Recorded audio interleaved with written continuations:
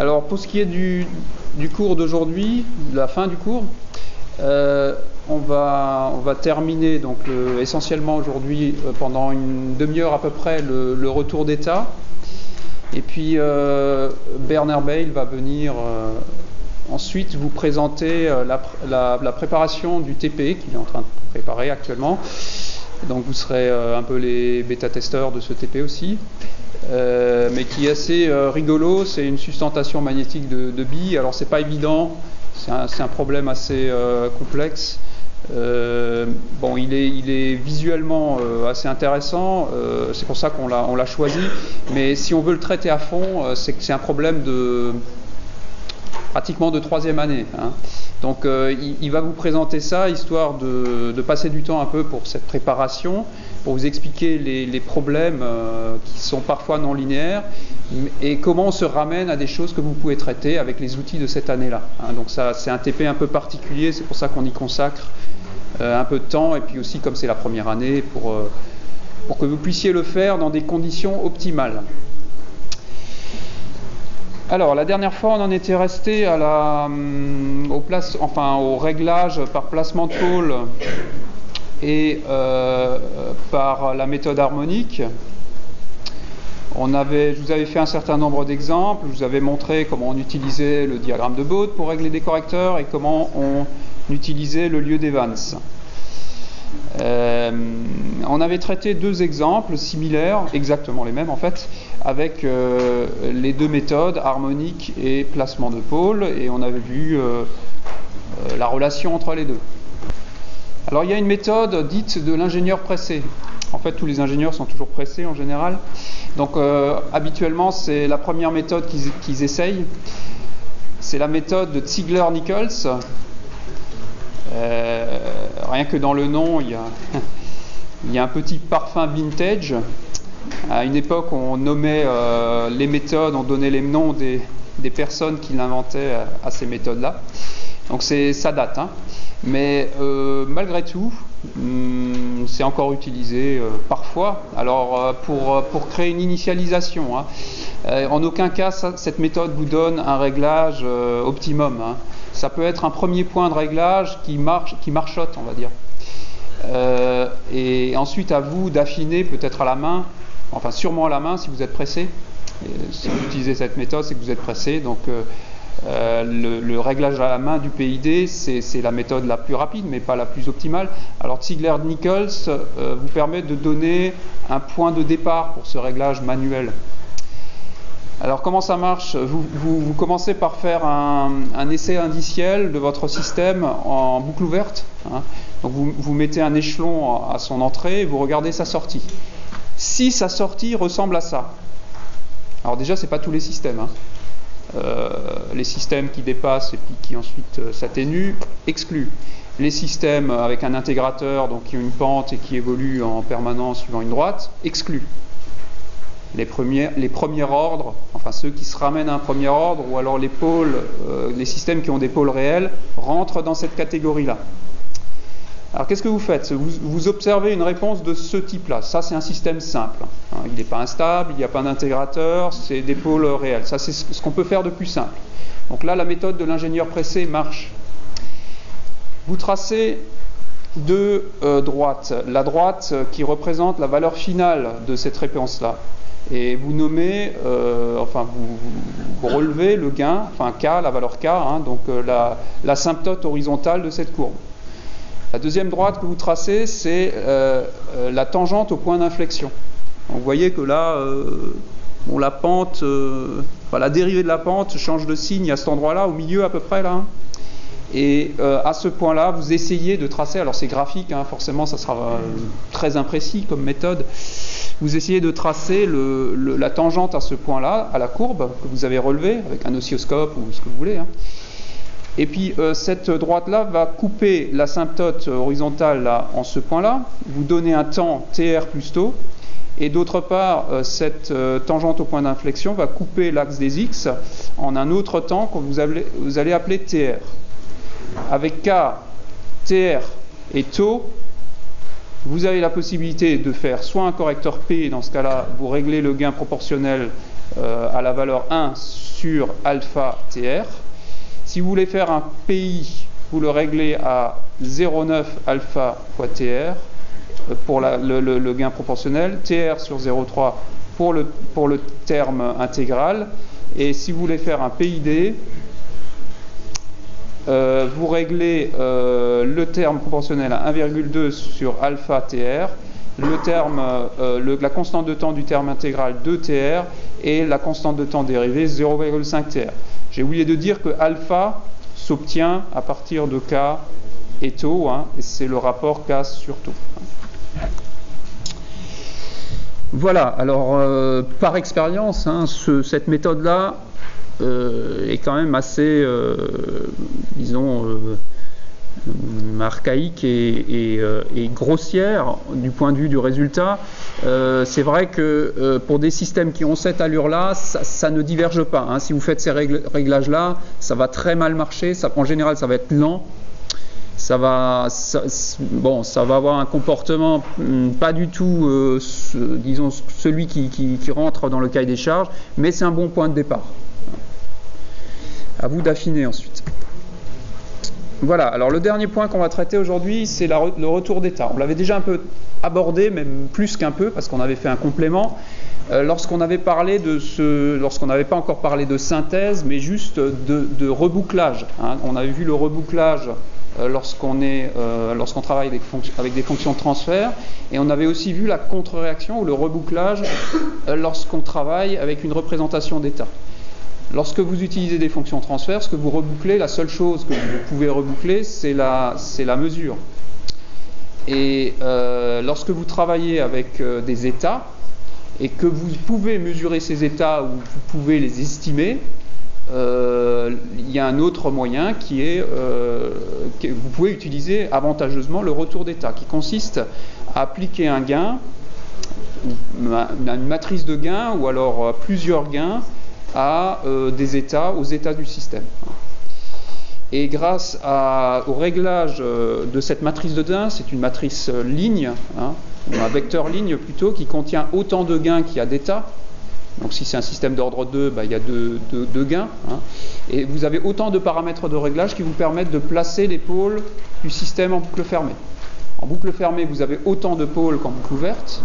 Donc si en boucle ouverte, le système est d'ordre 2, la matrice A sera de dimension 2, 2. Donc le vecteur K sera de dimension 1, 2. Et donc, en boucle fermée, vous aurez aussi deux pôles, et ces pôles peuvent être placés au moyen de ces deux réglages K1, K2, où vous voulez. Et comment ? C'est ce qu'on va voir. Alors, on a déjà fait un calcul, c'était un peu anticipé sur cette partie-là. Lorsqu'on avait vu le retour d'état, on avait traité un exemple, on va repasser une couche. Alors, la forme d'état, la représentation d'état en boucle fermée avec ce genre de contre-réaction, avec ce retour d'état, ça donne, quand on développe, compte faire la partie où on a traité ça, ça donne une nouvelle représentation d'état qui est donnée ici, où vous avez la nouvelle matrice A', celle qui code la dynamique du système, la dynamique de ce système bouclé cette fois-ci, parce que vous voyez que cette nouvelle matrice A, là, qui est multipliée par X, elle contient le K. Et ce cas, c'est à vous de le régler. Donc vous pouvez changer comme vous voulez la nouvelle dynamique du système bouclé cette fois-ci, en réglant ce cas. Donc voilà la nouvelle représentation d'état de tout ce système-là, avec la nouvelle entrée qui est YR, les états qui restent les mêmes, et la sortie qui est la même qu'en boucle ouverte. Et voilà, alors comment est-ce qu'on place ces pôles ? Quel va être notre moyen de calcul, de calculer, de placer ces pôles ? Il faut vous rappeler que, donc, comme je l'ai dit, la matrice qui multiplie X, donc qui s'appelle A en boucle ouverte et qui s'appelle A moins BK en boucle fermée, celle-ci code toute la dynamique du système. Et comment on obtient les paramètres dynamiques, ceux qui nous parlent, ceux qui nous permettent de savoir quelle est la rapidité, quelle est la bande passante de notre système, comment on les extrait de cette matrice? Tout simplement en calculant les valeurs propres. Les valeurs propres de A-BK sont les pôles du système, en l'occurrence les pôles du système en boucle fermée. Et donc le cahier des charges qu'on va vous donner, ça va être j'aimerais bien une réponse avec dépassement de 5%, avec tant de réponses de temps et temps. Ça, vous le traduisez en j'aimerais bien des pôles placés là et là. Parce que je sais que si je les place là et là, ça me fera une réponse qui justement rentrera dans ce gabarit-là qu'on veut. Et donc, je vais m'arranger pour que, lorsque je calcule, pour que les valeurs propres de A-BK correspondent précisément à ces pôles que je veux. Et ça, en réglant le cas. Pour obtenir les valeurs propres de A-BK, je calcule déterminant de S fois la matrice identité, ça c'est matrice identité, SI moins A-BK. J'obtiens, je calcule ce déterminant et je l'annule en calculant les valeurs qui annulent le déterminant de SI moins A-BK, j'obtiens les valeurs propres de A-BK en fonction de K. Je règle ensuite K de manière à ce que ces valeurs propres soient là où je veux. Comme ça, le système en boucle fermée a le comportement que je veux. Et on va procéder par identification. Donc déterminant de SI avec S, justement la variable de Laplace, pour bien montrer que c'est des pôles qu'on cherche. En maths, on utilise habituellement lambda quand on fait ce calcul, mais là, ce qu'on va obtenir, c'est des pôles, c'est pour ça que j'ai utilisé S ici. Cette équation déterminant SI moins A moins BK égale 0, c'est aussi l'équation caractéristique du système, c'est aussi le dénominateur de notre système qu'on veut en boucle fermée. Et on peut traduire le cahier des charges en polynôme qu'on veut. Donc on peut écrire, si on veut placer les pôles en boucle fermée en P1, P2 jusqu'à Pn, on peut écrire que ce qu'on veut pour cette équation-là, c'est cette équation-là. Et ensuite, il suffit d'identifier les coefficients qui dépendent de K, terme à terme, pour le terme de plus bas degré jusqu'au terme de plus haut degré, pour trouver, grâce à n équations à n inconnues, trouver les valeurs de K. Alors, il y a une forme particulière de la représentation d'état qui est plus sympathique que les autres. C'est la forme de commandabilité, pour faire ce travail-là. Elle s'appelle justement comme ça, on l'a appelée comme ça, parce qu'elle est sympathique, elle a une forme sympathique par rapport à cette problématique-là de placement de pôle par retour d'état. Alors pourquoi c'est sympathique ? C'est pas ça que je voulais montrer. Commandabilité et retour d'état. Non, c'est plus loin. D'abord, il traite un exemple. Ok. On verra ça après, donc j'anticipe un peu sur la suite. Si un système linéaire invariant est commandable, alors il existe toujours un choix de gain permettant de placer l'ensemble des pôles du système par retour d'état. Donc ça, c'est l'existence d'un retour d'état qui permet de placer les pôles où on veut. Est-ce que déjà on peut faire tout ce qu'on veut ? La réponse est oui. Bon, c'est pas démontré là, mais ça se démontre. D'autre part, pour les systèmes qui nous intéressent cette année, à savoir les systèmes mono-entrée et mono-sortie, il se trouve que ce choix-là, il n'y en a pas 36, il est unique. Voilà, alors on traite ici, c'est traité entièrement, donc je ne vais pas revenir dessus parce que j'ai déjà traité un exemple similaire, plus tôt dans le cours. Donc je ne vais pas vous le refaire, il s'agit du retour d'état sur la machine à courant continu, traité de manière relativement détaillée ici, où vous voyez, on calcule le déterminant de SI moins A moins BK, avec ici l'expression de SI moins A moins BK en fonction de K1, K2. Et voici le système qu'on veut avoir en boucle fermée, la fonction transfert qu'on souhaite avoir en boucle fermée. Donc les racines de cette équation-là sont les pôles qu'on veut. C'est-à-dire P1, P2, c'est ce qu'on veut en boucle fermée comme pôle. Et on identifie ce qu'on veut avec ce qu'on a. Ce qu'on a dépend de deux réglages, K1 et K2, et il faut se débrouiller pour que ça ressemble à ça. Donc on identifie ce terme-là à ce terme-là, ce terme-là à ce terme-là. On a deux équations, deux inconnus K1, K2. On trouve les deux gains qu'on cherche. Voilà, ça paraît relativement simple, sauf que ça marche bien lorsque l'ordre est relativement faible. Si vous avez 12 états, ça commence à devenir compliqué, cette méthode-là. Mais pour les systèmes, on verra cette année, hein, je vous rassure, ça ne sera jamais d'ordre supérieur à 3. Ça, c'est les outils, tout ce qu'on voit cette année, hein, c'est que pour des systèmes, une catégorie de systèmes, c'est l'immense majorité des systèmes, mais c'est des systèmes relativement simples. Par relativement simple, on entend degré se limitant ordre, enfin, le degré des polynômes se limitant à 3. Au-delà, on a des techniques plus efficaces, hein, mais qu'on enseigne plus tard. Alors, malgré tout, on voit ici une méthode pour faire une synthèse pour un ordre quelconque. Dans un cas particulier, on a réussi à mettre le système sous la forme canonique commandable. La forme canonique commandable, c'est celle-ci, hein, je vous rappelle, c'est assez sympathique comme forme. On a des 1 au-dessus de la diagonale, on a des 0 pratiquement partout, et on a juste la dernière ligne qui contient les coefficients du dénominateur de la fonction transfert. Et vous avez au niveau du gain B, enfin de la matrice de gain B qui pondère en fait la commande, des 0 partout, sauf le dernier élément qui vaut 1. Et donc, lorsque vous calculez la matrice A', hein, qui code la dynamique du système bouclé par retour d'état, vous obtenez évidemment aussi quelque chose de très simple.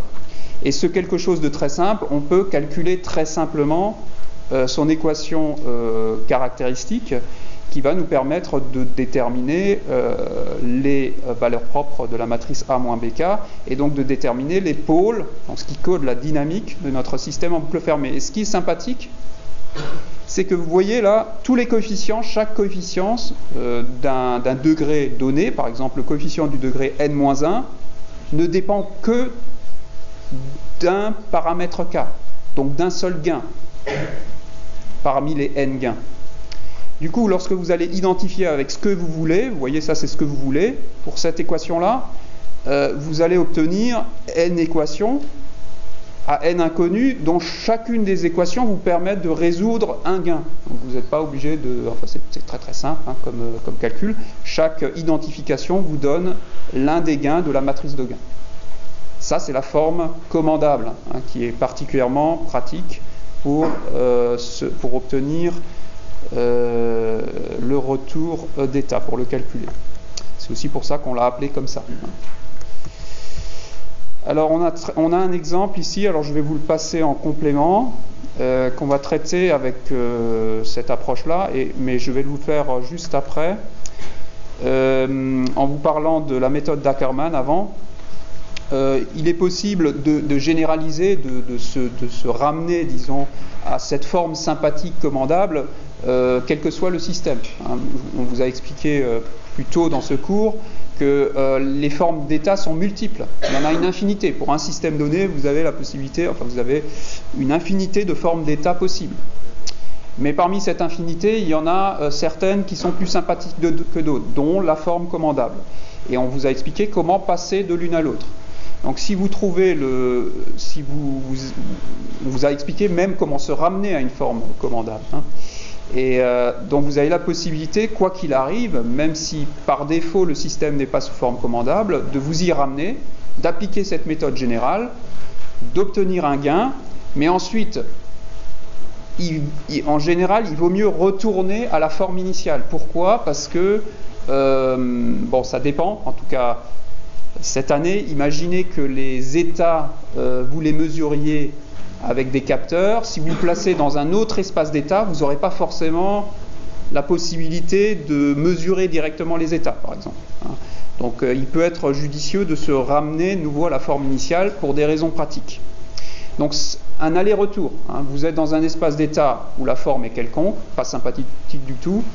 Vous transposez cette représentation d'état dans une autre forme qui est commandable, vous calculez le gain facilement, et vous revenez par changement de variable inverse vers la forme initiale, pour ensuite l'implémenter sur le système. Et ça, c'est le principe de la méthode d'Ackermann, qui résume ça sous la forme d'une seule formule. C'est exactement ce que ça fait, et vous voyez, pour régler le gain de cette manière-là, alors là, ça résume le calcul qu'il faut faire. Pour obtenir le gain de retour d'état, en fonction de ce que vous voulez, c'est des coefficients pour le polynôme caractéristique qui sont alpha 0 pour le s à la puissance 0 jusqu'à alpha à la puissance n-1 pour le s à la puissance n-1, et puis vous avez un s à la puissance n là. Vous pouvez calculer ça tout simplement, directement. Donc là, autant de termes qu'il y a d'état. Donc si c'est un degré 2, vous avez 0,1 ici. Vous faites l'inverse de la matrice de commandabilité fois P alpha de A, avec P alpha de A qui est égal à ça. Alors, limitation. Au niveau de la robustesse, parfois vous avez des problèmes de conditionnement de la matrice de commandabilité qui fait que cette inverse-là devient instable numériquement. Et pour un système d'ordre élevé, la formule d'Ackermann devient inapplicable lorsque l'ordre devient trop grand. Alors on va voir ça sur un exemple, sur ce même exemple-là, qui est le même que là. On va voir donc premièrement le retour d'état avec la forme commandable et ensuite appliquer la méthode brute d'Ackermann sans se poser de questions. Alors pour ça, j'ai un complément. Bon, alors l'exemple du cours. Et tout d'abord, on va essayer de qualifier ce que c'est comme système. Donc on réécrit ici les équations d'état. On les écrit sous forme d'équadif du premier ordre. Donc première ligne de l'équation d'état, ça concerne x1, la dérivée d'x1 en fonction des autres états. Deuxième ligne, x2 point est égal à ça, et il se trouve que x2 est égal à x1 point, donc on peut aussi écrire que c'est égal à x1 2 points. Et d'autre part, la sortie est égale à x1. Donc, on peut écrire ça sous cette forme-là. Y point point plus oméga 0 y est égal à u. Ça, c'est l'équation différentielle d'un second ordre dont l'amortissement est nul. Il s'agit d'un oscillateur pur. Voilà, alors en boucle fermée, qu'est-ce qu'on veut? Le cahier des charges. On veut transformer cet oscillateur pur en un système très amorti, enfin limite suramorti. On ne veut pas de dépassement, donc on veut un amortissement de 1. Pour obtenir un amortissement de 1, il faut que le dénominateur de la fonction transfert en boucle fermée, qui sera d'ordre 2, parce qu'en boucle ouverte on est aussi d'ordre 2, possède un pôle double réel et on précise une dynamique ou une bande passante 2 fois plus grande que celle en boucle ouverte. Donc en boucle ouverte on était à oméga 0, en boucle fermée on sera à moins un pôle, donc on sera en bande passante à 2 oméga 0, donc un pôle en moins 2 oméga 0, pour qu'il soit stable. Alors petite remarque, le système est déjà sous forme commandable. Donc on va d'abord appliquer la méthode, brutale, sans utiliser cette hypothèse qui permet de simplifier les choses. Et ensuite on va utiliser la formule du cours qui exploite le fait que la forme est commandable. Et évidemment on retombera sur la même chose. Alors les pôles du système asservi par retour d'état s'obtiennent en calculant les valeurs propres de la matrice A' qui est A moins BK, donc la nouvelle matrice qui code la dynamique du système bouclé par retour d'état et qui dépend donc dont les valeurs propres dépendent de K qu'on veut chercher, là, qu'on veut trouver, avec ce K qui vaut K1, K2.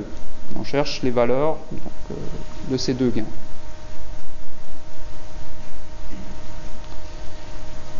Voilà, on obtient cette équation-là qu'on identifie avec ce qu'on veut. Ce qu'on veut, c'est bien un dénominateur avec deux pôles en moins 2 oméga 0, donc S plus 2 oméga 0 au carré. Les racines de ça s'obtiennent en écrivant cette équation et on veut...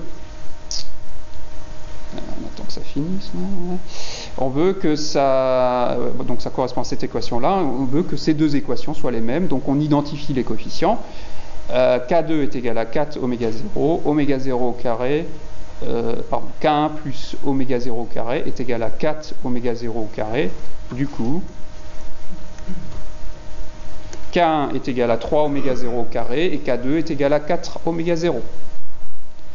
Alors vous pouvez utiliser le fait que le système est commandable. Court-circuiter ça c'est dans le cas général d'un système quelconque, hein. Mais là il est déjà sous forme commandable, donc vous appliquez la méthode dans ce cas-là, et elle dit que ben voilà, vous définissez les alpha, c'est ce que vous voulez, hein, donc c'est les coefficients de la fonction transfert que vous voulez. En l'occurrence, alpha 0 est égal à 4 oméga 0 carré, alpha 1 est égal à 4 oméga 0, et vous définissez les A0 jusqu'à AN-1, qui sont les coefficients de la dernière ligne de la matrice de commandabilité, en l'occurrence la matrice A, hein, qui est sous forme commandable. Vous obtenez donc AN-1, n est égal à 2, hein, c'est l'ordre du système, AN-1 est égal à 1 est égal à 0, A0 est égal à oméga 0 au carré, et là vous avez tout pour trouver les gains sans calcul. Vous obtenez Kn égale K2 est égal à alpha n-1 moins AN-1, donc égal à alpha 1 moins A1 est égal à 4 oméga 0. Et Kn-1 est égal à K1 est égal à alpha n-2 moins AN-2 est égal à alpha 0 moins A0 est égal à, bien entendu, la même valeur qu'on avait trouvée là. Et ça, cette méthode, elle est aussi simple, disons la complexité, là, entre les deux, on ne voit pas tellement l'intérêt de la deuxième méthode, peut-être par rapport à la première, parce que c'est très facile de calculer le déterminant. Mais dès l'ordre 3, je pense qu'il n'y a pas photo. Si le système est sous forme commandable, privilégiez évidemment la deuxième approche. On va passer à la méthode d'Ackermann, donc toujours sur ce système très simple où Ackermann ne se justifie absolument pas là, hein. C'est vraiment le canon pour tuer une mouche, hein. Mais on va quand même vérifier la formule, hein, sachant qu'on l'a déjà traité là, donc on connaît la réponse, on va vérifier. Alors avant, on va calculer quand même le gain de préfiltrage. Donc le gain de préfiltrage, c'est celui, je vous rappelle, il faut le mettre avant d'appliquer la consigne au système. Donc c'est celui qui modifie la consigne de manière à avoir un gain statique unitaire. Parce que sinon, vous avez certes la bonne dynamique pour votre système, mais il n'y a aucune raison que le gain statique de ce système soit égal à 1. Or, pour un asservissement, on veut que la sortie soit égale à l'entrée en régime permanent, hein. Ça n'a aucun intérêt sinon.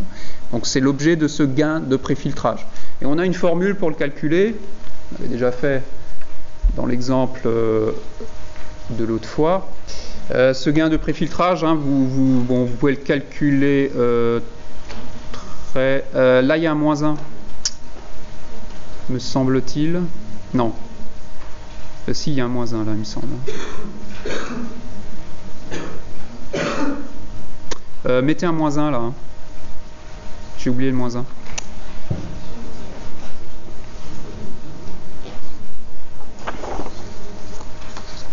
C'est l'inverse de cette matrice, hein.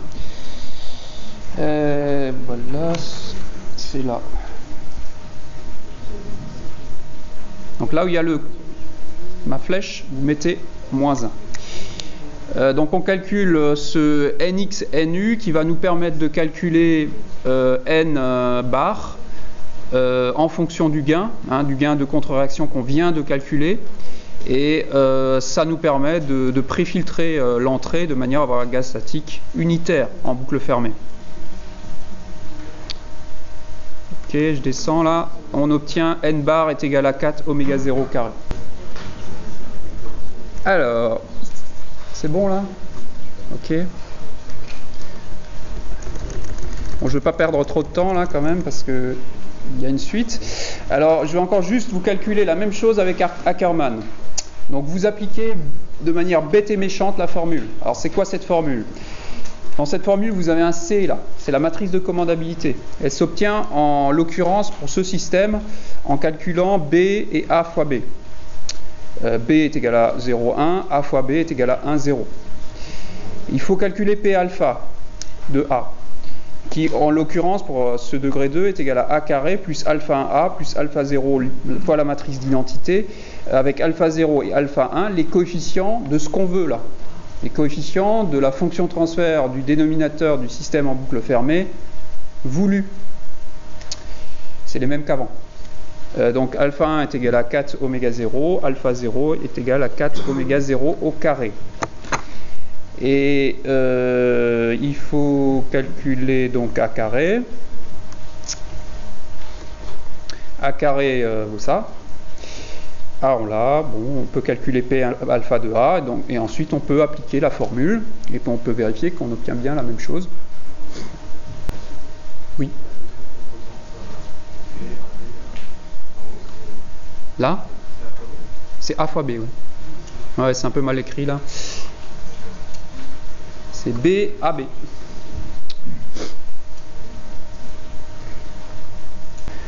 Ok, donc on applique ça. Bon, vous rouspétez dès que ça va trop loin. C'est bon? Ok.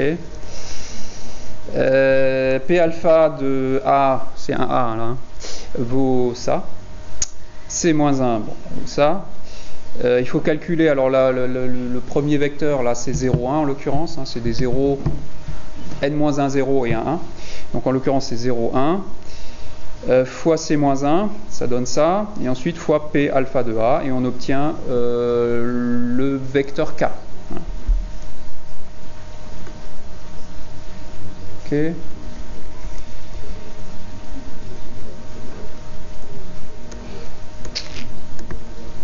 Voilà, donc on fait le calcul complet, ça, fois C-1 fois P alpha de A est égal à ça fois P alpha de A est bien égal à 3 oméga 0 carré et 4 oméga 0 qui sont bien les valeurs de K1 et K2. Bon, ça marche, heureusement. Alors, ça termine ce cours. J'espère que ça vous a plu. Vous pouvez donc consulter toutes les vidéos si vous n'avez pas compris. Vous pouvez me contacter évidemment par mail, par téléphone, par Skype, par ce que vous voulez, ou venir dans mon bureau si vous avez des points particuliers sur lesquels vous voulez que je vous donne des explications supplémentaires. Ok, donc maintenant je laisse la place à mon collègue Bernard Weil, qui est l'auteur au passage donc, de tout ce cours, hein, de tous les supports, de ces excellents supports que vous avez trouvés même trop bien parce que ça, on se demande pourquoi il faut venir en cours, et qui va vous parler de ce TP sustentation magnétique.